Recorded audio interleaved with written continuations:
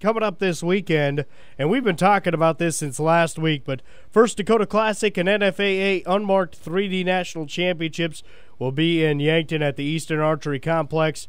That's coming up this weekend. A lot of these archers will be getting into town about the middle to the later part of the week, and they will begin practicing and set for the competitions over the weekend. We've talked to a couple of different archers and the pro chair of the NFAA, and we're joined now by another archer who's kind enough to take some time with us. Reo Wilde joins us this morning. Reo, good morning. How are you? Good, and you? I'm doing well. You're set to make a trip to Yankton. I don't know where you come from, but there's snow in our forecast for the middle of the week. Where are you at right now? I'm in Pocatello, Idaho. In fact, it was snowing just a few minutes ago here, so I feel your pain. So it'll be nothing out of the ordinary for you to come out and have to walk through the snow. Yep. Well, you how long have you been shooting bow? About 20 years. And how long of that have you been pro? About 19 of it. So you just jumped right in and said, you know what, this is what I want to do. I went to a couple of tournaments, the big ones, and did very well. And in fact, it was kind of a funny story. The first time I ever shot professional, my dad he says, I'll tell you what, I'll pay your entry fee because I was a young 19-year-old kid. And he says, if you win it, I get to keep the winnings. And in archery, they gave a bowl. And so they gave a gold bowl out, and I was like, I want the bowl. And I said, you can have the money, I just want the trophy.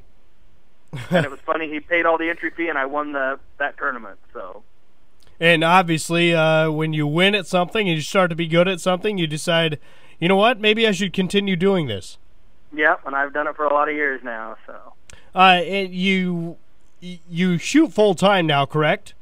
Yes, I do. And before that, you did have another job, so you were kind of juggling the two. Yeah, I worked for UPS for about 16 years. How difficult is that to juggle back and forth between having a regular job and trying to get it in the time you want to shoot? It's really tough. I mean, I get that question a lot when people ask me because I would work and then try and spend time with my family, then try and practice, and then try and travel. So it was really a juggling act that was quite tough. How long has it been full-time for you then? About 3 years now. And how much do you spend maybe a day or whatever it is trying to prepare yourself? About 3 to 4 hours a day. Shooting about 200 arrows a day. How much time do you spend traveling to tournaments and so forth?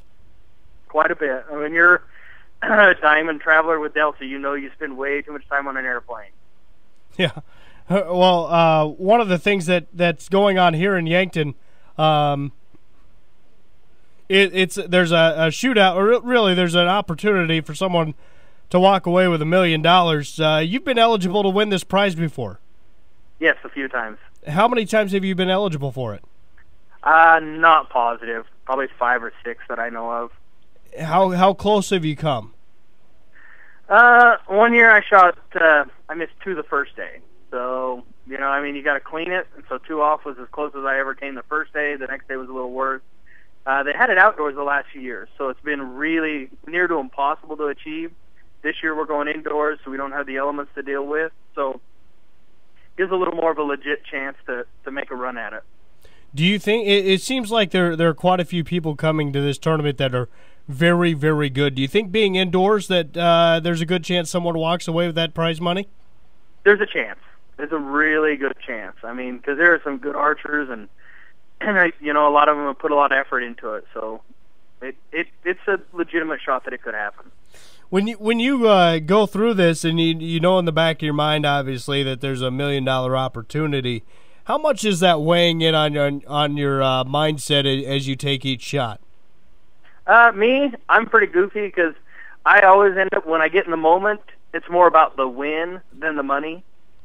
In fact, I get on the phone afterwards because, your companies give you a contingency or anything like that, and I say to my wife, well, how much was the contingency and how much was all that? Because I try not to ever think about that and focus on it because, to me, I want to go and win the archery tournament. That's my biggest concern and my biggest part of what I love doing. And winning tournaments is something that you've certainly done. You've won quite a few pro tournaments. Yeah, I've won quite a few. I won about 18 last year. How much have you got in this year then? I've won about 4 this year.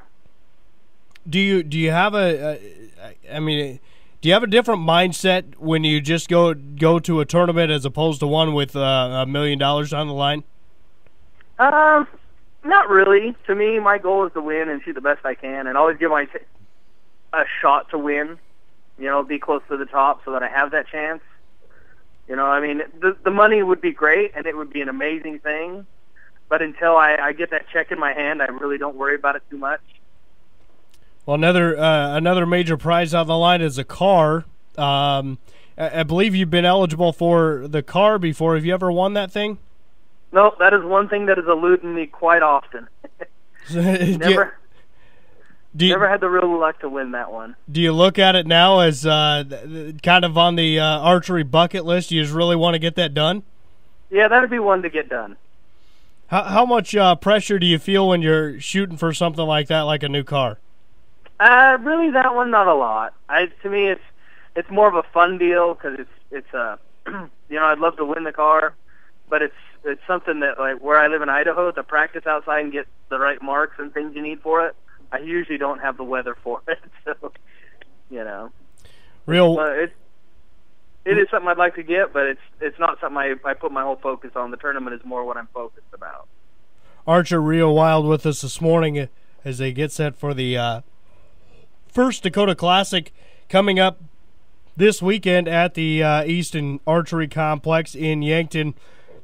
Reo, you talked about your father. It's kind of a family deal that you've got into with this archery deal. Your brother is also involved. Your father's been involved. Both of them have won